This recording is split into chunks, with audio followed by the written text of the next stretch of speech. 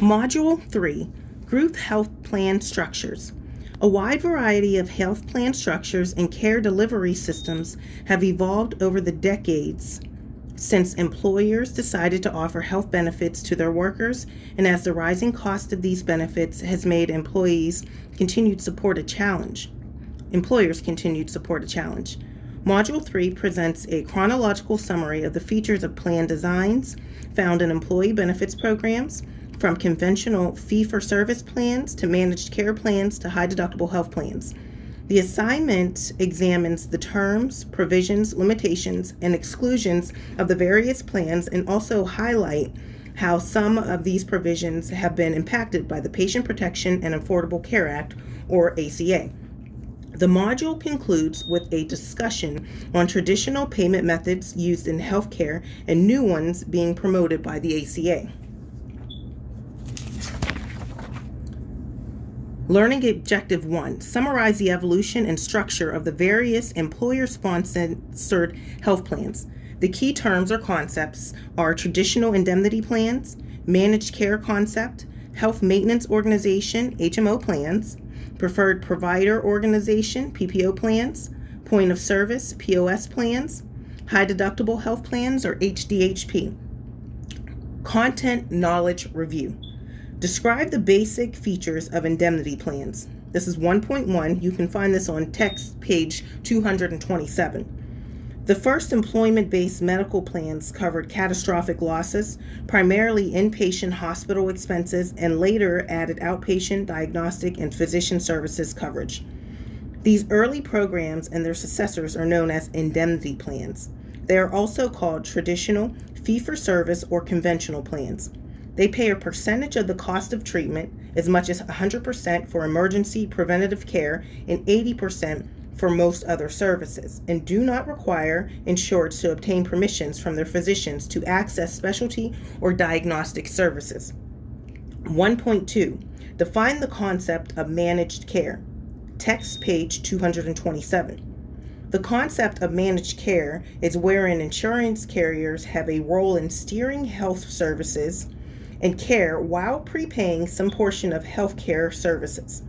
The managed care model in the form of Health Maintenance Organization, or HMOs, and their spin-offs all but replace traditional indemnity plans. 1.3.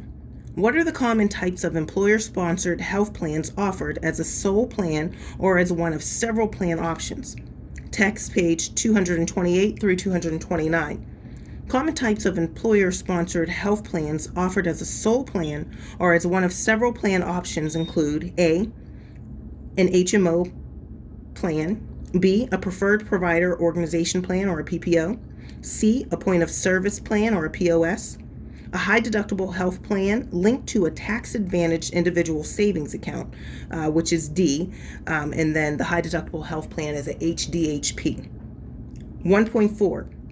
Despite some retreat from previous popularity in HMO plans, many covered workers find appeal in these types of plans. Describe how HMO plans operate. Text page 228.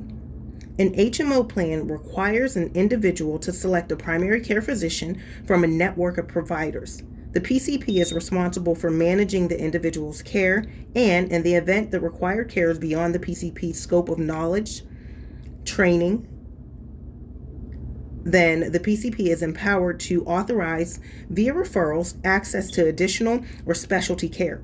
Under an HMO plan, except for emergency care, no benefits are available for care received outside of the HMO network of providers. An individual's out-of-pocket expenses for PCP and specialist visits are routinely a flat dollar amount called a copay, and with rare exceptions, individuals have no need to file claims for reimbursements. 1.5. The managed care backlash of the late 1990s resulted in significant growth in PPO plans. PPO plans are highly valued by a significant number of plan participants. Describe the structure and operation of a PPO plan. Text, page 228. A PPO plan, designed specifically in response to HMO criticism, allows limited benefits for care received outside of the PPO's preferred network and requires no permission, that is, no referral to see a specialist. In the event the specialist is part of the preferred network, the coverage may be similarly structured with copays as under an HMO plan. Some PPO plans have tiers within the preferred network, each of the tiers with varying out-of-pocket costs.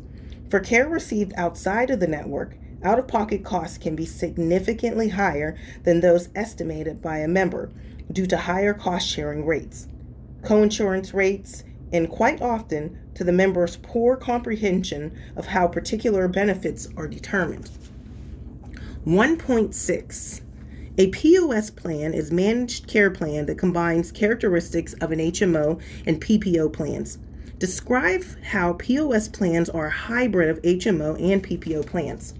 Text, page 229. POS plans are a hybrid of HMO and PPO plans that offer in-network preferred provider benefits and out-of-network non-preferred provider benefits.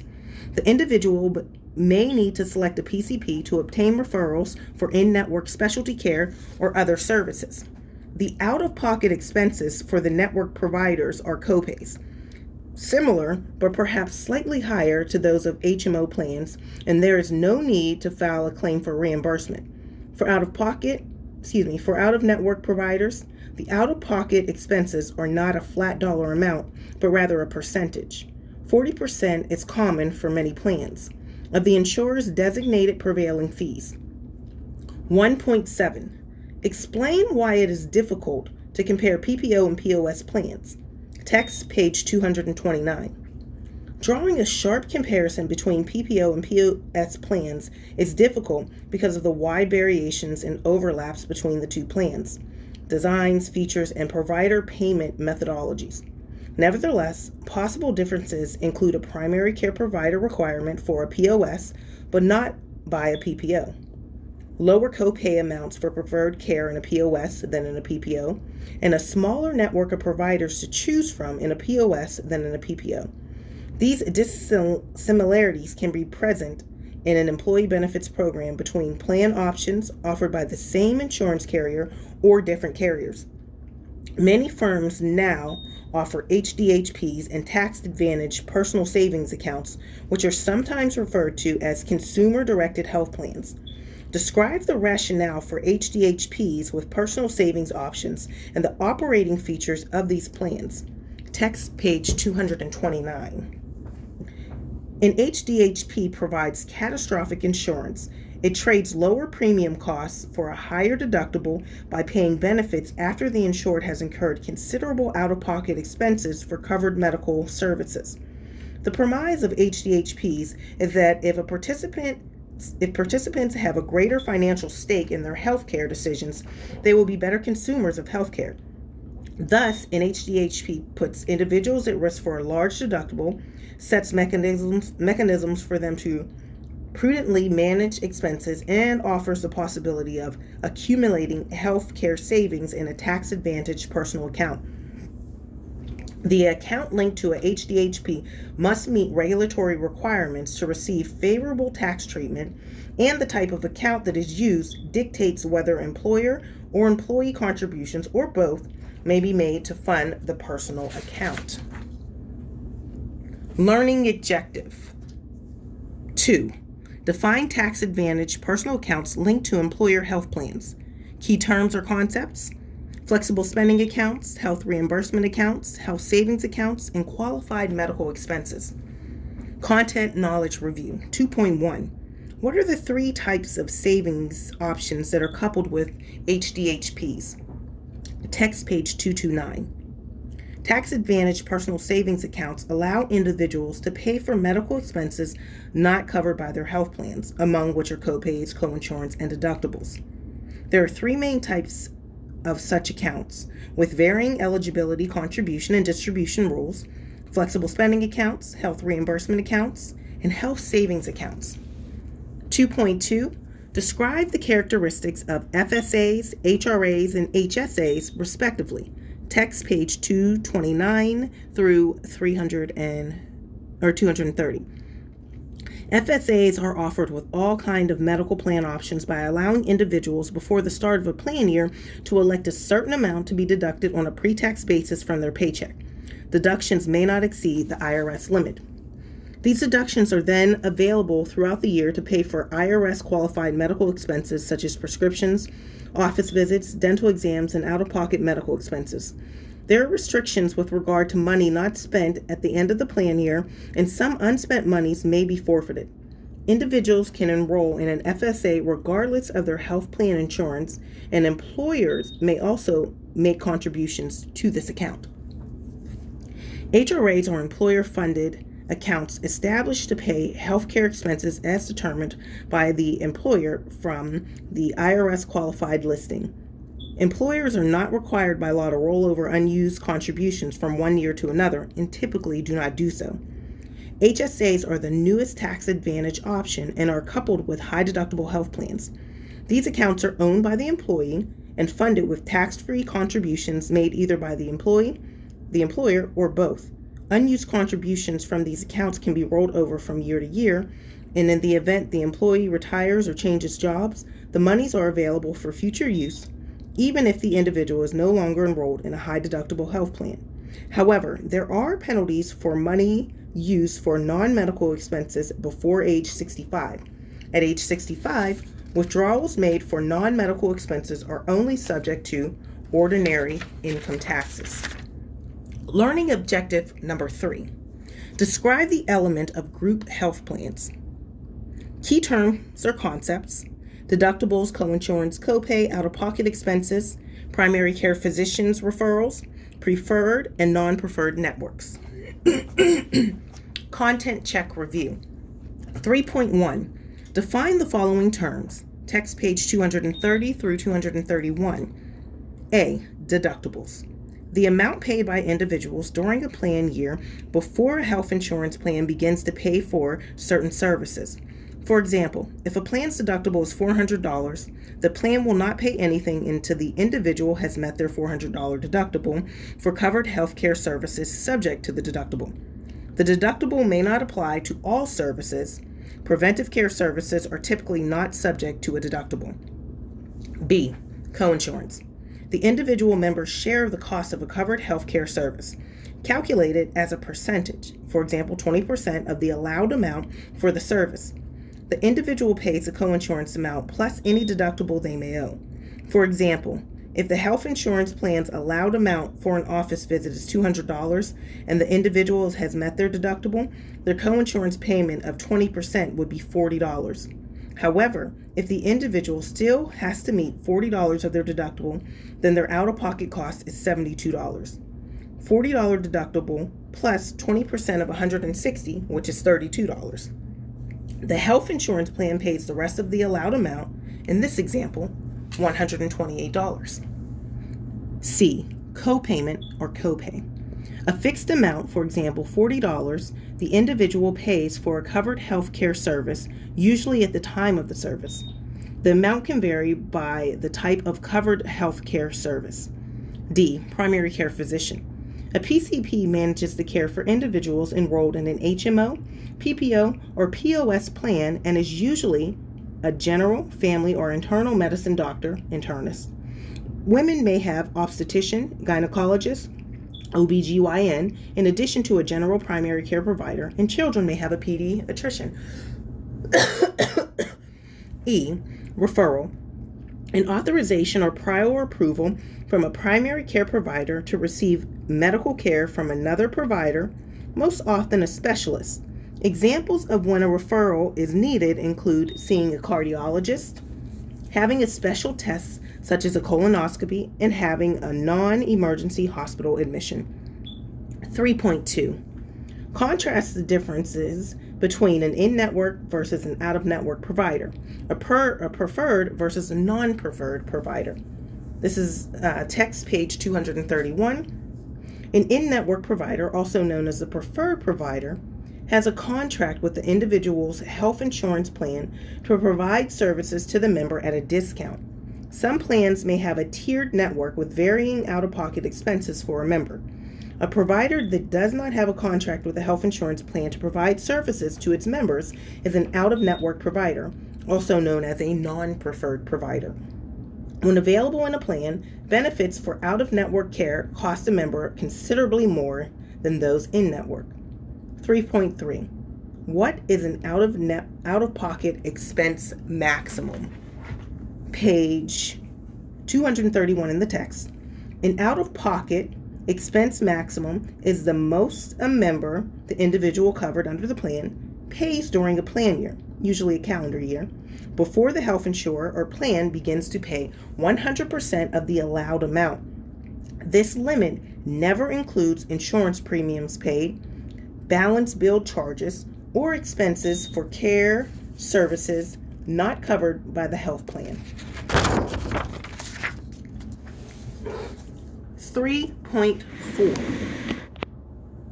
Define the terms allowed amount and usual and customary or reasonable UCR fee.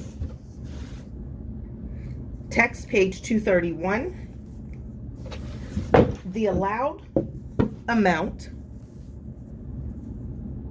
and usual, customary, or reasonable UCR fee are terms used by health plans to determine the maximum amount the plan will pay for covered health care services. These are primarily applicable for out-of-network benefits. Other terms also used are eligible expenses, payment allowance, or negotiated rate. For out-of-network providers, if the provider charges more than the allowed amount by the health plan, the provider can charge the member for the difference. 3.5. Describe the special consideration given to care designated as preventative care. This is the text, page 231. Treatment or services that fall under the category of preventive care, for example, immunizations, mammograms, and cholesterol screenings, are covered under health plans without having any deductibles, copayments, or coinsurance applied when provided by an in-network provider. Under the Affordable Care Act, only plans deemed grandfathered, that is, in existence on March 23, 2010, may require cost sharing for specified preventative care. Learning objective number 4. Summarize prescription drug benefits and mental health substance abuse benefits. The key terms or concepts: pharmaceutical benefit managers, or PBMs, parity legislation for mental health substance abuse, managed behavioral health care organizations, or MBHOs, content knowledge review. 4.1. What is the history of prescription drug coverage? Text, page 231. In the early days of employer-sponsored health plans, prescription drug expenses represented a small portion of overall health expenditures, and for the most part, such expenses were not covered by the plan. When coverage became available, the expenses were subject to the same deductibles and coinsurance rates as office visits, laboratory work, and other outpatient services. Today, prescription drug coverage is typically carved out of medical health plans and administered by pharmaceutical benefit managers. These entities are third-party administrators contracted by plan sponsors to process prescription claims and reimburse pharmacies for dispensing drugs, as well as perform a myriad of other functions, including cost containment and chronic care management. 4.2. What has been the impact of parity legislation on mental health and substance abuse, MHSA benefits? Text, page 235. In the past, employers have provided significantly more limited coverage for mental health and substance abuse benefits compared with medical and surgical care. The limits have been in the forms of lower reimbursement rates, 50% for some services versus 80 to 100% for non-mental health and substance abuse services. Fewer allowed visits and lower lifetime and annual out-of-pocket maximums. In recent decades, the inequalities between the two types of benefits in group health plans have been rolled back by a patchwork of state and federal parity and equity and coverage laws, culminating in the sweeping healthcare reform legislation of the Affordable Care Act. 4.3. Describe how the structure of delivery models for providing mental health substance abuse benefits has evolved over time. This is in the text on page 232. The structure of delivery models for providing mental health substance abuse benefits has evolved over time. A massive shift occurred, with many organizations opting to carve out behavioral health benefits and have them provided by managed behavioral health care organizations, or MBHOs. These specialty health providers were often independent organizations, yet some were affiliates of health insurance carriers or health provider organizations. The MBHO approach of carving out mental health substance abuse benefits originated in the 1980s. The popularity of MBHOs crested in the early 2000s when a majority of group health plans carved out from medical and surgical coverage those benefits linked to mental health and substance abuse services. A key objective of the separation was to control costs through better oversight of such expenses, case management, and early interventions. However, provisions of the Affordable Care Act, as well as delivery models seeking to more effectively provide holistic care, have resulted in delivery models repositioning mental health, substance abuse benefits in closer alignment to physical care through a more integrated care model.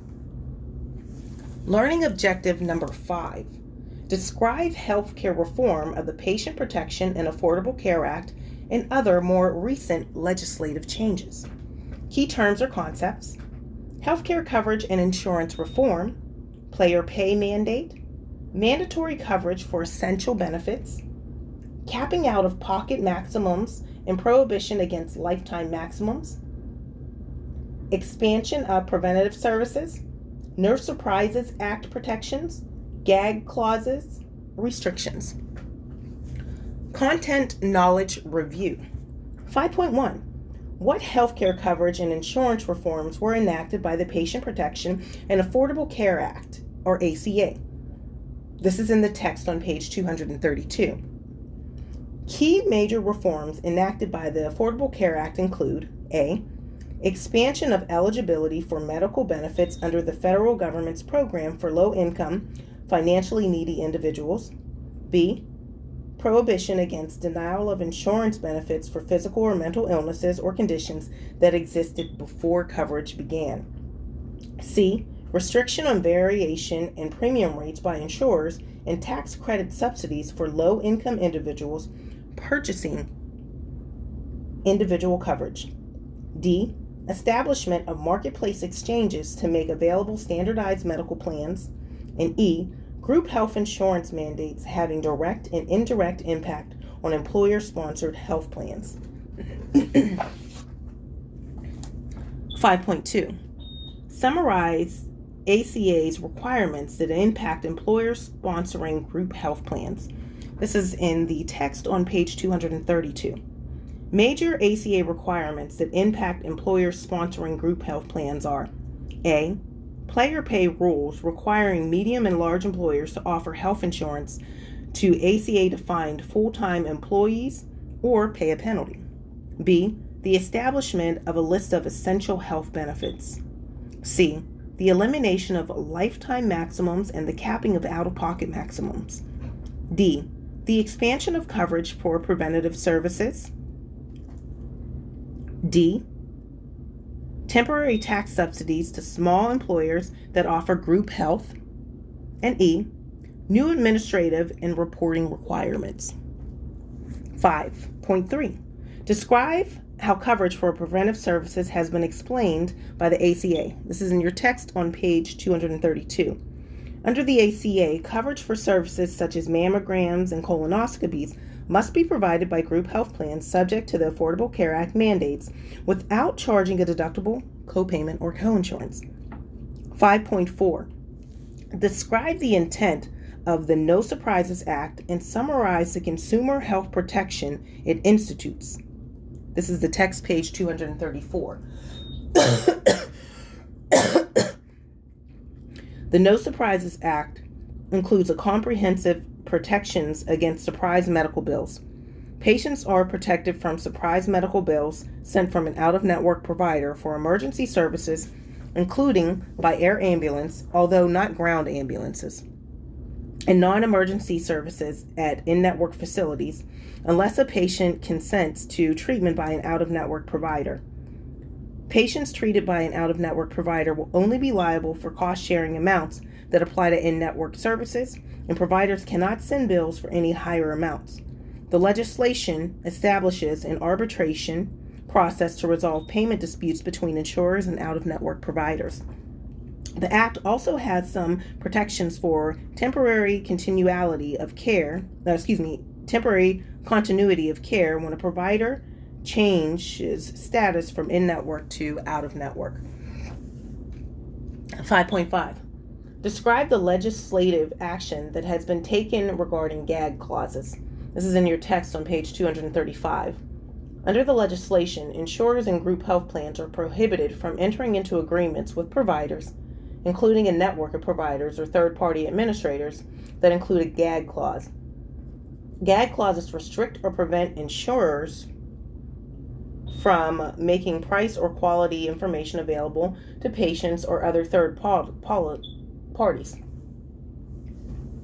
Insurers and group health plans are barred from making agreements with providers that restrict the ability to disclose provider-specific costs or quality information or data. This information cannot be withheld from patients, employers, referring providers, or business associates. Group health plans and insurers offering group coverage also cannot contract away their right to electronically access de-identified claims and encounter information or data for enrollees. Providers are permitted to place reasonable restrictions on public disclosure of this information, but insurers and group health plans must retain access to this information. 5.6. How is the ban on gag clauses enforced, and is there precedent for Congress taking action against the practice of inserting gag clauses in health-related contracts? This is in your text on page 235. Compliance with the ban on gag clauses is enforced through annual attestations submitted by insurers and group health plans. Prior to passage of this ban on gag clauses for insurers and group health plans, such bans and contracts were previously implemented by Congress between pharmacies and insurers on PBMs. Prior to this congressional action, such gag clauses had prevented pharmacists from disclosing cost information to patients.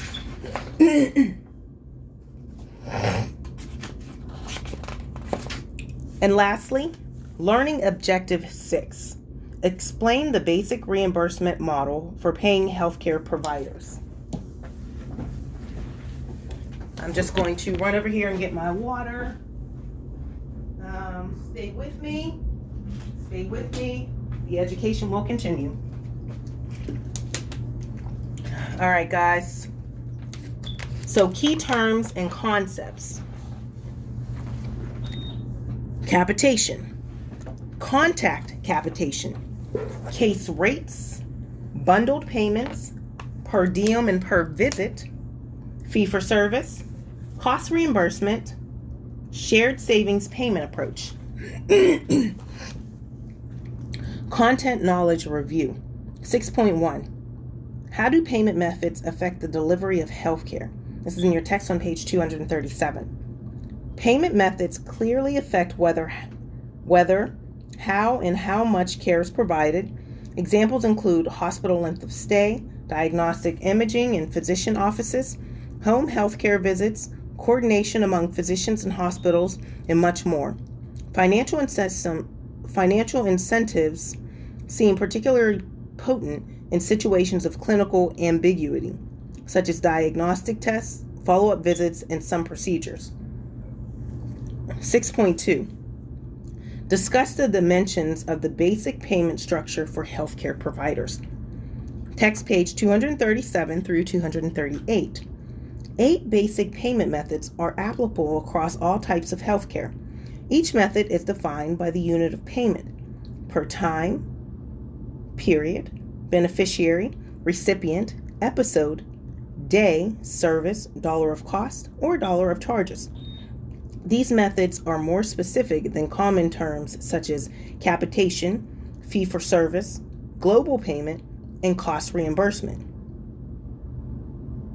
They also correspond to the division of financial risk between payer and provider, with each method reflecting a risk factor within the healthcare spending identity.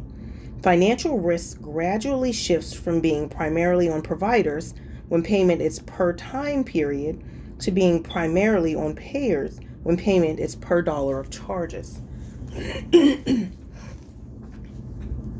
6.3.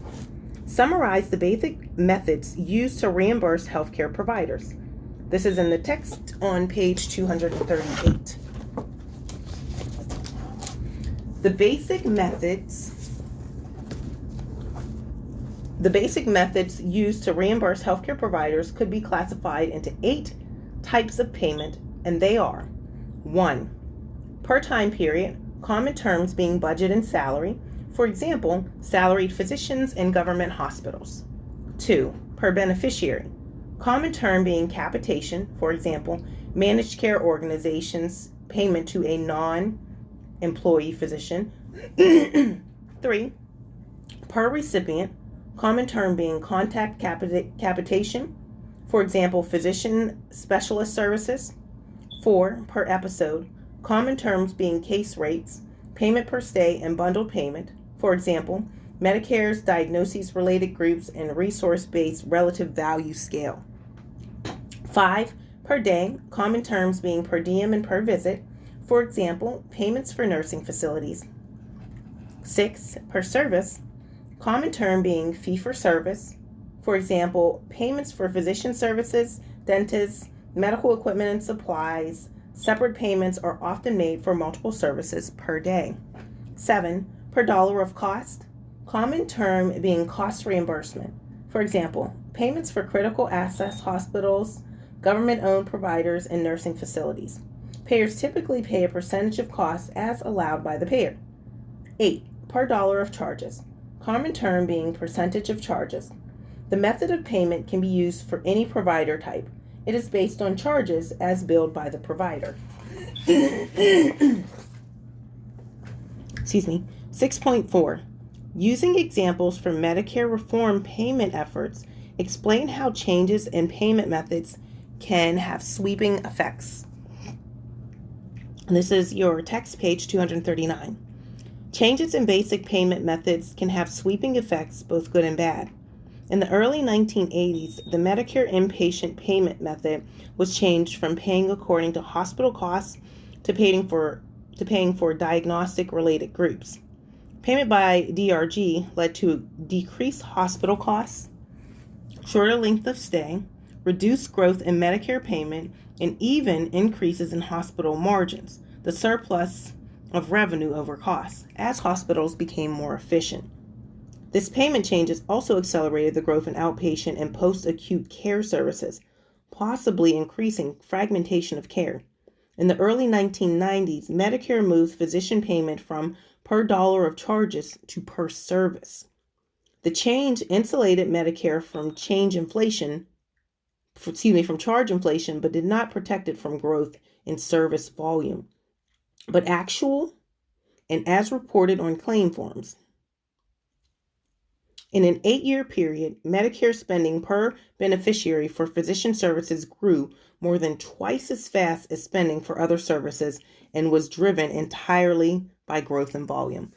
6.5. Discuss the art of designing a payment policy. This is in your book on page 241 through 242. The art of designing a payment policy is to strike the right balance without creating a muddle of conflicting incentives. And the incentives that matter the most are those closest to the clinical decision maker. And lastly, 6.6. What mechanisms are established to mitigate the financial incentive inherent in the various payment methods and to safeguard quality? This is on your text, page 243 to 244. Payment methods are inevitably not neutral on quality. Each method encourages and discourages provisions of care overall and in particular situations. Payers therefore establish mechanisms outside each payment method to monitor the effort by providers to maximize units and minimize cost per unit. Many professional norms also have arisen to mitigate financial incentives in the market for healthcare, which is often characterized by asymmetrical information. One party has more or better information than the other in transaction. Considerable uncertainty and life and death consequences.